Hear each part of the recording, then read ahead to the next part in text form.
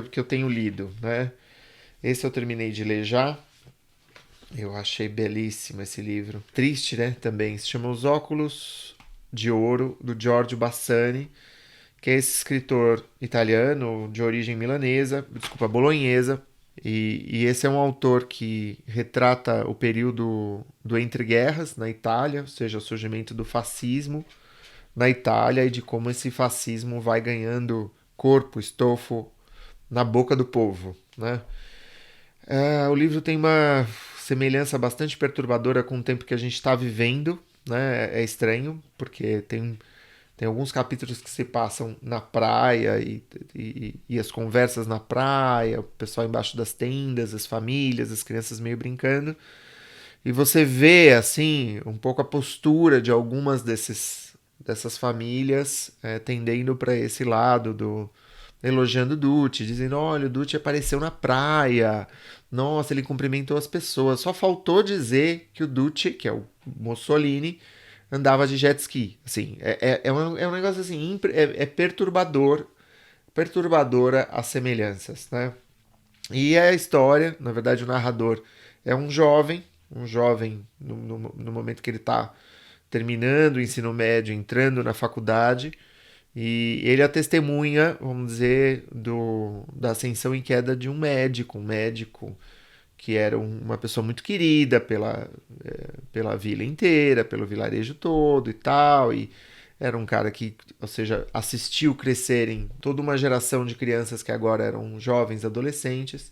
E esse médico tinha, no entanto, dois problemas que incomodavam muito o vilarejo. Primeiro, ele era judeu. O antissemitismo começa a ganhar espaço a partir dessa política do ódio do Mussolini. É uma coisa também muito perturbadora. E a outra coisa é que esse médico era, o Dr. Fadigati, era homossexual. E para uma sociedade conservadora que não tolera nada que seja diferente daquele modelo, né, meio tradicional de família, enfim, isso acaba. Enfim, não vou contar o que acontece no livro, mas eu acho que esse livro, mais uma vez, Os Óculos de Ouro, do Jorge Bassani, é um exemplo de uma obra narrada com uma precisão muito grande, com muita sutileza, com muita ambiguidade, com muito humor.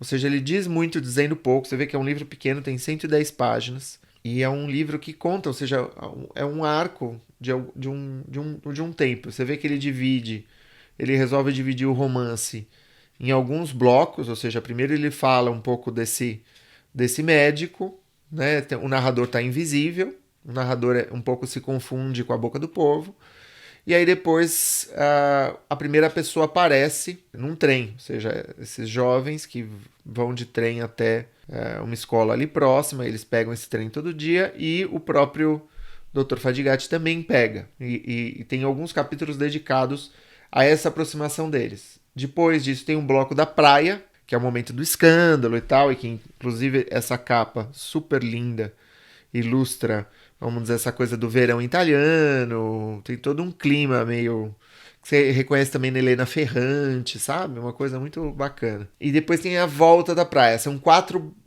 blocos o romance. Você vê que é muito bem estruturado, a linguagem é precisa, a linguagem não varia, ela não dança, ela não vai para um lado, vai para o outro, e eu acho que isso é, vamos dizer, o traço de um bom livro, de um bom romance. Ela se sustenta, sem grandes malabarismos, entendeu?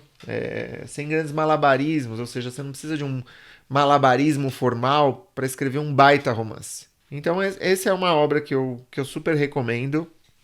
Claro, tem tantos livros que a gente lê nesse mundo, né?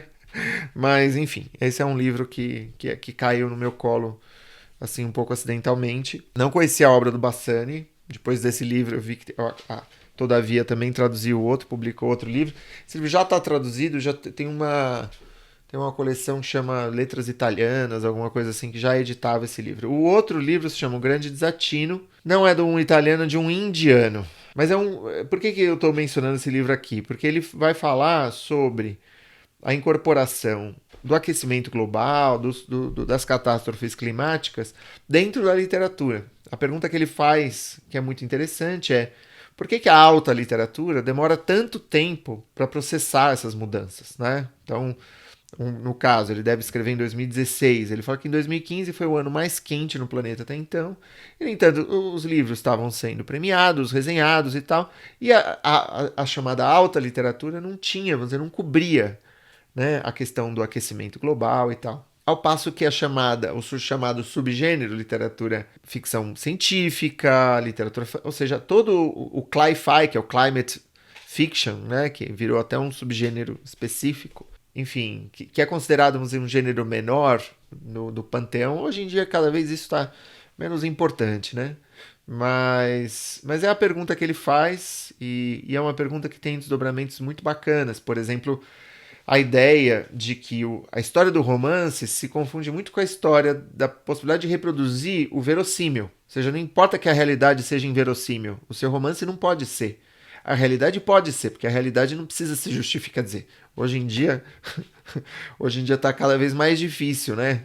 Porque a gente tem que dialogar com o óbvio lulante, mas a realidade não precisa se justificar, porque ela tá, aparece um ciclone na cidade de São Paulo, tá todo mundo vendo um ciclone, né? Como aconteceu na infância, na adolescência desse autor indiano, que é o Amitav Ghosh. E aí ele vai falar como é difícil descrever algo e incluir algo num romance que se preza pelo realismo, pela verossimilhança, de algo que é absurdo. E ao mesmo tempo que e que está acontecendo. É difícil.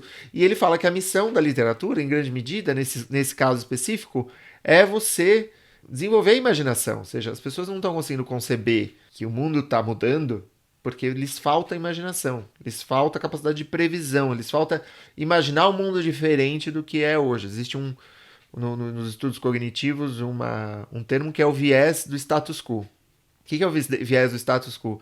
É a nossa tendência a achar que aquilo que está, vai continuar sendo. E, no entanto, a gente tem tido algumas pistas de que isso, infelizmente, seja, é um viés, é um erro cognitivo, é uma ilusão cognitiva, é uma tendência. E ele vai longe, né? Ele vai longe nessa discussão, é muito interessante, ele analisa, por exemplo, o Acordo de Paris de 2015 como um texto literário e analisa uma encíclica do Papa Francisco como um texto literal, os dois textos sobre clima. E tenta, vamos dizer, ver de que maneira que esses textos, que por um lado são textos, né, ou seja, corpos textuais, por outro lado são, ou seja, instrumentos muito poderosos, né, e como que eles são compostos, como que eles são combinados. É muito interessante esse livro. Eu mencionei assim, muito por alto, ele vai para muitos lugares assim, e recomendo muito a leitura.